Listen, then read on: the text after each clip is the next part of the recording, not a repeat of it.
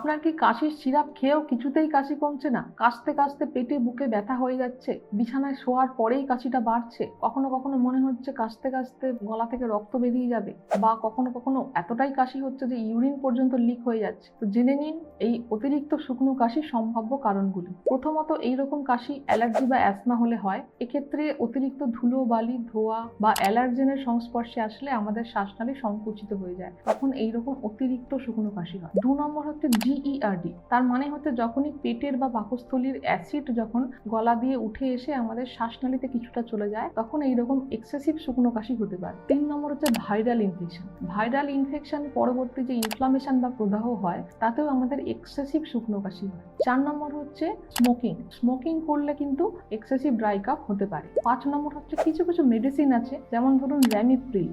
এই ওষুধগুলি খেলে কিন্তু অতিরিক্ত শুকনো কাশি হতে পারে। তো আপনার যদি 2 সপ্তাহের বেশি অতিরিক্ত কাশি থাকে, অবশ্যই ডাক্তারের পরামর্শ নিন এবং সুস্থ থাকুন।